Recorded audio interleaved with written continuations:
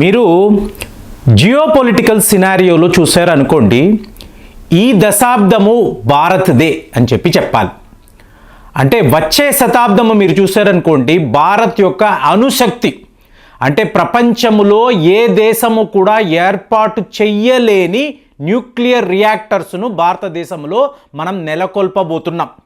ప్రపంచమంతా ఒక major economic క్రైసిస్లో ఉన్నప్పుడు కొత్త ఎస్టాబ్లిష్మెంట్స్, కొత్త ఇన్ఫ్రా ఉన్న దాంతోనే గడిపేద్దాము, కొత్తగా ఏమీ చెయ్యవద్దు అని అన్నప్పుడు మీరు చూడండి, అతిరథ మహారథులు భారత్లో ఉండే దిగ్గజ సంస్థలు, ఇలాంటి కంపెనీస్ ప్రపంచంలో ఎక్కడా ఎవరికి ఎప్పుడు కనిపించవు.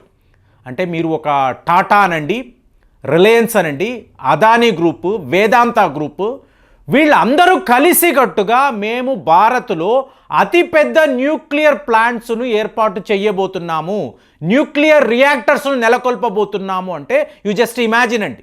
అంటే ఒక టాటా పవర్ అనండి, అదానీ పవర్ అనండి, వేదాంత గ్రూప్, రిలయన్స్ ఇండస్ట్రీస్, వీళ్ళందరూ కలిసికట్టుగా అంటే ఒక కామన్ ప్లాట్ఫామ్కి వచ్చి ఇండియాలో న్యూక్లియర్ రియాక్టర్స్, ప్రతి ఒక్క సంవత్సరము ఒక కొత్త న్యూక్లియర్ రియాక్టర్ 11,000 మెగావాట్స్ పవర్ఫుల్ మీకు న్యూక్లియర్ పవర్ స్టేషన్స్ను మేము ఏర్పాటు చేయబోతున్నామంటే యు జస్ట్ ఇమాజిన్ ఇండియా యొక్క న్యూక్లియర్ శక్తి, న్యూక్లియర్ పవర్ ఎలా ఉంటుందో. కాబట్టి అంటున్నాను, నెక్స్ట్ 10 years ఇండియా యొక్క అణుశక్తిని ప్రపంచం చూడబోతుంది. ఇది ఎంత పెద్ద వార్త అంటే చూడండి, మీకు మన్మోహన్ సింగ్ గారు ప్రధానమంత్రిగా ఉన్నప్పుడు అమెరికాకు భారత్ మధ్య చాలా పెద్ద న్యూక్లియర్ అగ్రిమెంట్ అనేది జరిగింది. గుజరాత్ అనండి, ఆంధ్రప్రదేశ్ అనండి, తమిళనాడు, ఇక్కడ ఈ రాష్ట్రాలలో వీళ్ళు ల్యాండ్స్ కూడా వీళ్ళు అక్వైర్ చేశారు, సైట్స్ చూపించారు. ఇక్కడ మనము న్యూక్లియర్ రియాక్టర్స్కు సంబంధించిన ప్లాంట్లను నెలకొల్పుదాము అని చెప్పి మీకు అమెరికా భారత్ ఒక చాలా పెద్ద ఒప్పందం. ఇంకా స్వయంగా మోదీ గారు చెప్పారు, ఇలాంటి ఒక ఒప్పందం అనేది చాలా చాలా గొప్ప విషయం. అలాంటిది ఇవాళ ఈ వెస్ట్ దేశాలకు మనము కొట్టిన దెబ్బ ఎలాంటి ఒక దెబ్బ అంటే, ఒక జిఏ అనండి, హిటాచి అనండి, చైనాకు సంబంధించిన ఈ న్యూక్లియర్ పవర్ ప్లాంట్స్. సో వీళ్ళందరూ ఇవాళ బిత్తరపై చూస్తున్నారు. ఇంకా చెప్పాలంటే మళ్ళీ రష్యానే లక్కీ కంట్రీ అని చెప్పాలి. ఎందుకు? రష్యా వాళ్లకు సంబంధించిన ఈ న్యూక్లియర్ పవర్ ప్లాంట్స్ కూడాంగుళం అనండి, కల్పాకం అనండి, ఇంకా మీకు మహారాష్ట్ర లాంటి రాష్ట్రాలలో మీకు వరస పెట్టి 6 అన్నారు, తరువాత 10 న్యూక్లియర్ ప్లాంట్స్ను మేము నెలకొల్పబోతున్నామని చెప్పి రష్యా వాళ్ళు స్వయంగా ప్రకటించారు. కానీ ఆల్రెడీ రష్యా ఎంటర్ అయిపోయింది. ఇవాళ మనము ఇంతంత పెద్ద న్యూక్లియర్ రియాక్టర్స్ను ఎస్టాబ్లిష్ చేయాలంటే మనకు ఖచ్చితంగా రష్యా వాళ్ళ సపోర్ట్ కావాలి. ఎందుకు? ఈ యురేనియం అన్నప్పుడు యురేనియం మనం రష్యా నుంచి, కజాఖ్స్తాన్ నుంచి, ఆస్ట్రేలియా నుంచి, ఇలా ఎన్నో దేశాల నుంచి తెప్పించుకుంటున్నాం. సో ఇప్పుడు వీటిని పెట్టుకొని మీరు న్యూక్లియర్ రియాక్టర్స్ను తయారు చేయాలి. ఇక్కడ అమెరికా వాడు ఎందుకు బ్యాక్ ఫుట్ వేశాడు, ఎందుకు వీటిని ముందుకు తీసుకువెళ్ళలేదు? సో వీళ్ళు మోదీతో మాట్లాడి వీళ్ళు ఇండియాలో న్యూక్లియర్ రియాక్టర్స్ను వీళ్ళు ఎస్టాబ్లిష్ చేయొచ్చు కదా. రష్యా వాళ్ళు చేసినప్పుడు అమెరికా కూడా చేయొచ్చు కదా, జపాన్ కూడా ట్రై చేయొచ్చు కదా, అందరూ అడిగే విషయం. కానీ ఇక్కడ ఏం జరిగింది అంటే, మీరు ఒక న్యూక్లియర్ ప్లాంట్ని ఎస్టాబ్లిష్ చేశారండి.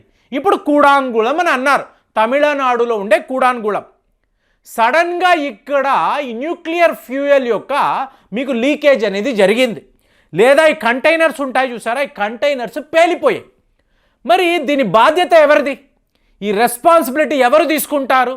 వెంటనే అమెరికా వాళ్ళు ఏమన్నారు, మెయింటైన్ చేసేది మీరే కదా, కాబట్టి భారత్దే రెస్పాన్సిబిలిటీ. ఇందులో ఉండే ఫ్యూయల్ అను, టెక్నాలజీ అను, ఈ రియాక్టర్స్ను ఎవరు క్రియేట్ చేశారు? జిఈ కంపెనీయో, హిటాచి కంపెనీయో, అమెరికానో, జపానో, చైనానో, మీరు కదా ఈ టెక్నాలజీని మాకు ఇచ్చారు.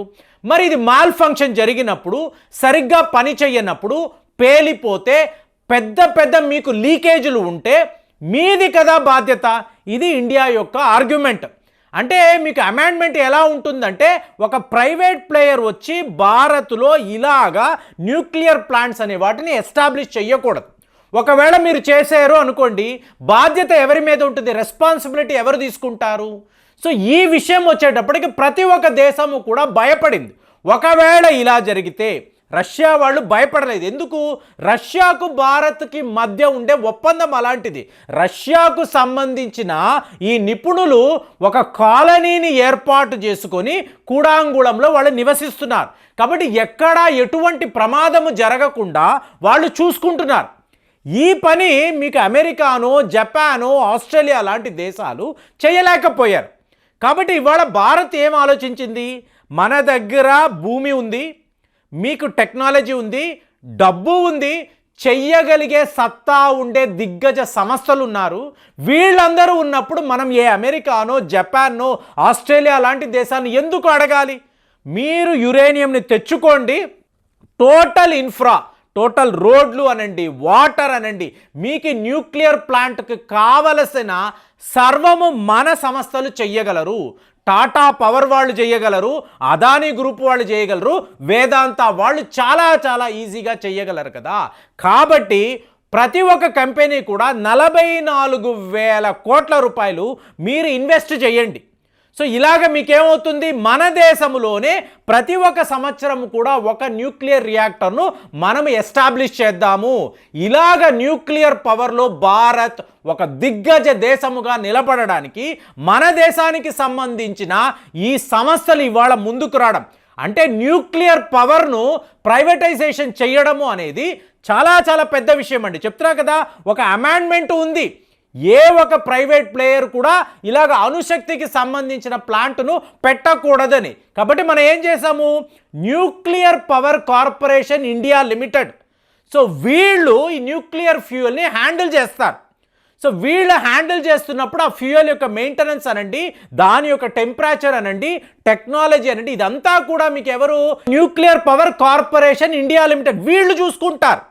దానికి సంబంధించిన ల్యాండ్ అనండి, మీకు ఆ బిల్డింగ్స్ అనండి, రోడ్లు అనండి, నీరు అనండి, ఆ తోటలు అనండి, ఇవంతా కూడా ఎవరు? ఒక టాటానో, అదానియో, రిలయన్స్ వాళ్ళు, వేదాంత వాళ్ళు, ఇలాగా పెద్ద పెద్ద కంపెనీస్ వచ్చి అక్కడ ఎస్టాబ్లిష్ చేస్తారు. ఇప్పుడు మీరు అడగొచ్చు, వీళ్ళకేంటంటే ఉపయోగం? ఒక కంపెనీ 44,000 కోట్ల రూపాయలు అక్కడ ఇలాగ ఒక న్యూక్లియర్ ప్లాంట్ మీద ఇన్వెస్ట్ చేస్తే వీళ్లకు ఏమిటి లాభము అంటే, ఇవాళ భారత్లో పెను మార్పులు జరుగుతున్నాయండి.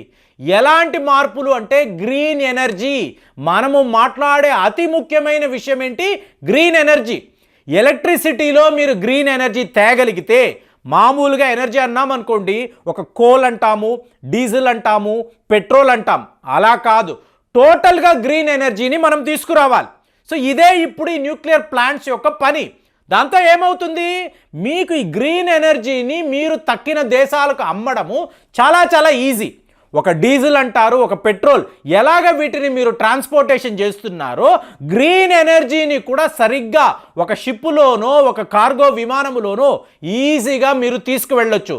ఇలాగ ప్రపంచ స్థాయిలో ఎన్నో దేశాలకు మనము మన దేశం నుంచి ఈ గ్రీన్ ఎనర్జీని ఎక్స్పోర్ట్స్ చెయ్యొచ్చు. ఇలాగ లక్షల కోట్లు మనము సంపాదించుకోవచ్చు. ఈ ఆలోచనలోనే ఒక టాటానో, రిలయన్సో, అదానియో, వేదాంతానో ఇన్ని లక్షల కోట్లు పెట్టుబడి పెట్టడానికి వీళ్ళు సిద్ధముగా ఉన్నారు. ఇది వెస్టర్న్ కంట్రీస్కి ఎంత పెద్ద దెబ్బ అంటే వాళ్ళు ఎన్నో రకాలుగా ప్లానింగ్ చేశారు. కానీ ఇవాళ ఈ కంపెనీస్ అంతా కూడా లబోదిబోం అంటున్నారు. ఎందుకు?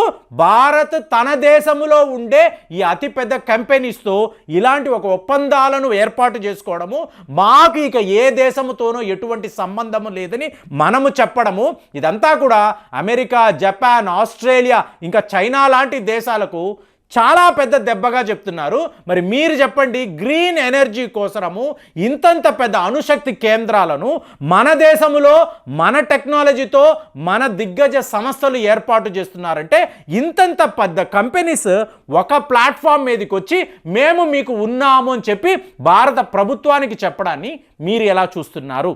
కామెంట్స్లో రాయండి. మళ్ళీ వచ్చే వీడియోలో కలుద్దాం. జై హింద్.